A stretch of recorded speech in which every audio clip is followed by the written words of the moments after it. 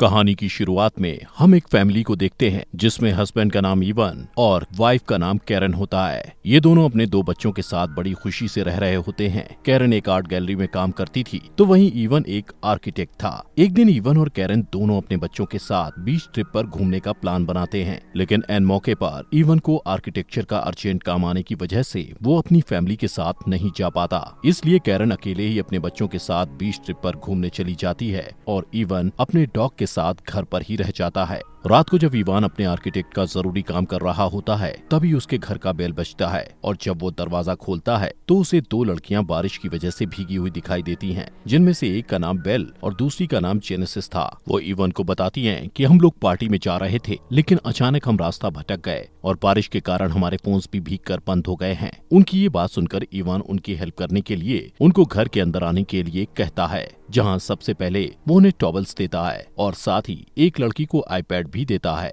ताकि वो अपने पार्टी का लोकेशन ढूंढ पाए। वो लड़की आईपैड पर सर्च करके देखती है कि उनकी पार्टी की लोकेशन यहाँ से बहुत दूर है, इसलिए इवान उन दोनों के लिए एक कैब बुक करता है जो 45 मिनट में यहाँ पहुँचने वाली थी। अब क्योंकि वो दोनों लड़कियाँ बारिश में काफी ज्यादा भीग चुकी थी, इसलिए वो इवान के घर का बाथरूम यूज करके फ्रेश होकर इवान के पास जाती है, जहाँ इवान उनके लिए कॉफी बना रहा था। इसके बाद इवान इनके साथ बैठकर बातें करने लगता है। इवान पूछता है कि तुम लोग क्या काम करते हो, जिस पर वो बताती हैं कि वो एयर होस्टेसेस हैं और अपने यात्रियों का बहुत ध्यान रखती हैं। इसके बाद वो इवान के पास जाकर अपनी एयर होस्टेस का काम दिखाने लगती हैं कि वो कैसे अपने एयर होस्टेस का काम करती हैं, लेकिन ऐसा करते हुए वो इवान को सिड्यूस करती हैं, जिससे इवान को थोड़ा अच्छा फील नहीं होता। इसलिए वो वहाँ से उठकर दूसरी कुर्सी पर जाकर बैठ जाता है। तभी इवान अपने मोबाइल पर चेक करता है, जिससे उसे पता चलता है कि कैब के यहाँ आने में अभी भी 20 मिनट बाकी है। इसके बाद वो दोनों लड़कियां इवान से उसकी वाइफ के बारे में पूछती हैं। इवान बताता है कि उसकी वाइफ एक आर्ट गैलरी के लिए पेंटिंग्स बनाती है। वो उन्हें अपनी वाइफ की पेंटिंग्स भी दिखाता है। ऐसे ही बातें करते करते वो दोनों इवान के बहुत ज्यादा करीब चली जाती हैं। इवान उनको इग्नोर करने की बार बार कोशिश करता है। इवान एक बार अपना मोबाइल चेक करता है। वो देखता है कि कैब के आने में अब सिर्फ 5 मिनट रह गए हैं, जिससे वो थोड़ा रिलैक्स फील करता है, क्योंकि उसे उन लड़कियों का बिहेवियर थोड़ा ठीक नहीं लग रहा था। वहीं कैब के आने से सिर्फ 2 मिनट पहले ही बेला और जेनेसिस इवान के वहां ना होने का फायदा उठाकर बाथरूम में चली जाती हैं। तभी इवान जल्दी से उनके कपड़े सुखाकर बाथरूम के पास जाकर उन्हें कहता है कि तुम्हारे कपड़े सूख चुके हैं और बाहर तुम लोगों की कैब भी आ गई है। लेकिन अंदर वो दोनों मजे से नहा रही होती हैं और इवान की बातों को इग्नोर कर रही होती हैं। इवान के बार बार कहने पर भी जब वो बाहर नहीं आती तो इवान अपनी आंखों पर हाथ रखकर उन्हें कपड़े देने के लिए बाथरूम के अंदर चला जाता है। लेकिन अंदर जाकर वो देखता है कि वो दोनों लड़कियां न्यूड होकर नहा रही होती हैं। तभी वो दोनों इवान को कहती हैं कि इवान तुम भी हमें ज्वाइन करो। इतना कहकर वो इवान से चिपकने लग जाती हैं, लेकिन इवान ऐसा नहीं करना चाहता था क्योंकि वो एक शादीशुदा था, इसलिए वो उनको इग्नोर करने की पूरी कोशिश करता है।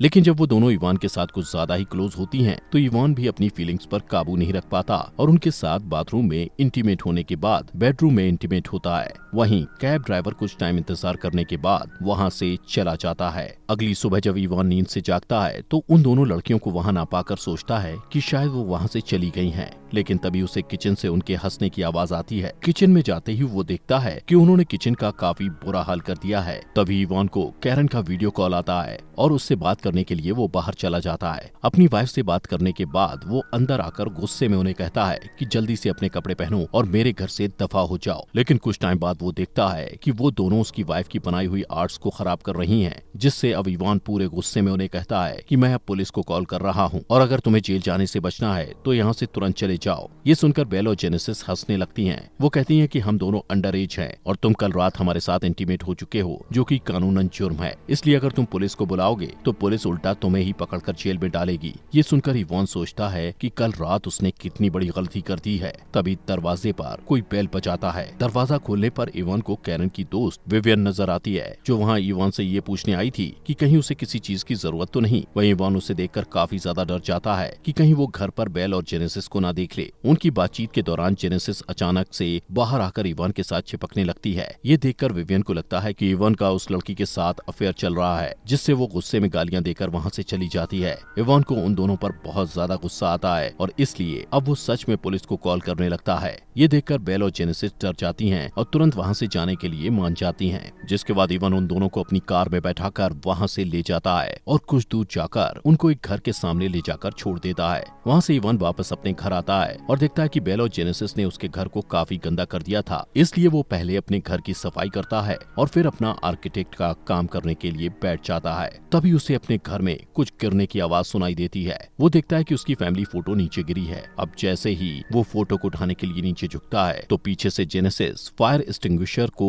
उसके सर पर मारकर उसे बेहोश कर देती है। कुछ टाइम बाद जब इवन को होश आता है तो वो खुद को रस्सियों से बेड पर बंधा हुआ पाता है। वो जेनेसिस को चिल्लाकर बोलता है कि मेरी रस्सियां खोलो, लेकिन वो उसकी एक नहीं सुनती। तभी बेल इवन की बेटी की स्कूल यूनिफॉर्म पहनकर वहां आती है और वो दोनों मिलकर इवन के कपड़े उतारने लगती हैं, लेकिन इवन उन्हें रोकने की पूरी कोशिश करता है। उसी समय इवन के फोन पर उसकी वाइफ कैरन का वीडियो कॉल आता है, जिससे जेनेसिस इवन को कहती है कि अगर तुम बेल के साथ इंटीमेट नहीं हुए तो हम दोनों तुम्हारे कपड़े उतारकर तुम्हारी वाइफ को वीडियो कॉल पर कहेंगे कि तुम हमारे साथ मजे कर रहे हो। ये देखकर इवन उनकी बात मान लेता है। इसके बाद बेल इवन के साथ इंटीमेट होने लगती है। वहीं जेनेसिस उन दोनों की रिकॉर्डिंग करने लग जाती है। थोड़ी देर बाद जब जेनेसिस कुछ खाने के लिए बाहर की तरफ जाती है तो इवन बेल के साथ इंटीमेट होते टाइम अपनी पूरी ताकत लगाकर अपने हाथ से रस्सियां खोल लेता है और बेल को धक्का देकर नीचे गिरा देता है। इसके बाद वो जेनेसिस के पास जाता है जो कुछ खा रही थी। जेनेसिस उसके इंजर्ड शोल्डर पर जोर से अटैक करके उसे फिर से बेहोश कर देती है। कुछ देर बाद इवन को होश आता है और वो खुद को एक चेयर से बंधा पाता है, जहाँ जेनेसिस और बेल उसके साथ एक क्विज गेम खेलने लगते हैं। कुछ समय बाद कैरन के साथ काम करने वाला एक वर्कर जिसका नाम लुइस था,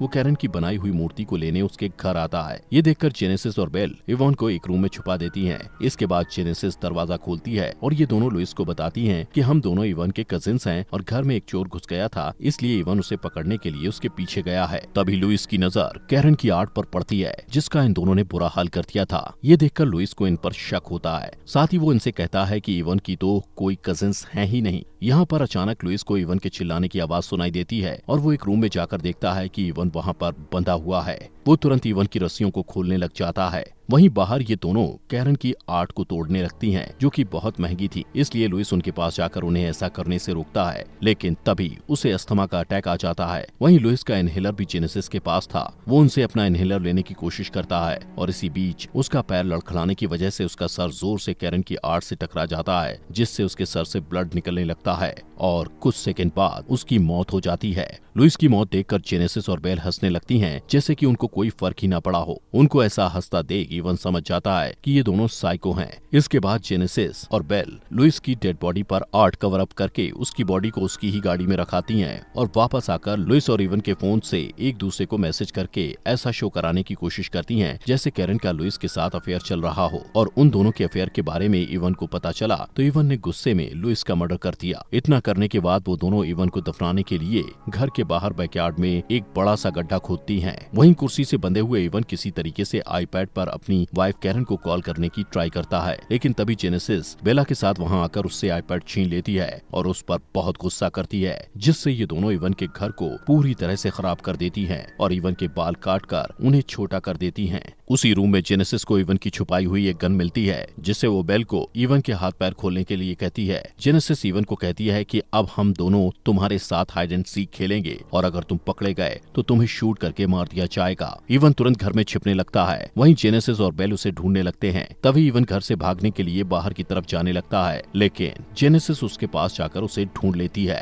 तभी इवन जोर जोर से चिल्लाकर मदद मांगने की कोशिश करता है, लेकिन जेनेसिस उसे गन पॉइंट पर चुप करवा देती है। यहाँ से सीन शिफ्ट होता है और हम मॉर्निंग में देखते हैं कि ये दोनों इवन को उस गड्ढे के पास ले जाकर उसे वहाँ दफना देते हैं, लेकिन ये इवन के सर को जमीन के बाहर रखते हैं। ये इवन को बताती हैं कि हम तुम्हें मारना नहीं चाहते थे, हम तो सिर्फ अपने मजे के लिए तुम्हारा इस्तेमाल कर रहे थे और हमें तुम्हें टॉर्चर करने में बहुत मजा आ रहा है। इसके बाद बेल इवन को उसके फोन पर वही वीडियो दिखाती है जिसमें वो इवन की बेटी की स्कूल यूनिफॉर्म पहनकर उसके साथ इंटीमेट हो रही थी और ये वीडियो जेनेसिस ने रिकॉर्ड किया था। अब इस वीडियो को बेल इवन की फेसबुक प्रोफाइल में अपलोड करके उस पर लिखती है कि हैप्पी फादर्स डे, ताकि सबको लगे कि ये वीडियो खुद इवन ने अपलोड की है। वो दोनों इवन को कहती हैं कि अब हमें एक नया शिकार करने जाना है और वहाँ से चली जाती हैं। वहीं इवन काफी मुश्किल से अपना हाथ बाहर निकालकर उस वीडियो को डिलीट करने की कोशिश करता है, लेकिन गलती से उसे डिलीट की जगह लाइक प्रेस हो जाता है। कुछ घंटों बाद जब कैरन अपने बच्चों के साथ घर आती है तो घर को तहस नहस हुआ देखकर उसको कुछ भी समझ नहीं आता। वो सोचती है कि उसके जाने के बाद इवन ने अपने दोस्तों के साथ खूब पार्टी की और इसी के साथ ये मूवी यहीं पर खत्म हो जाती है। मूवी के एंड में हमें इवन को नहीं दिखाया जाता कि आखिर वो बचा या नहीं, लेकिन दोस्तों आप आपके फॉक्स एक्सप्लेनर हिंदी चैनल को सब्सक्राइब जरूर करके जाना।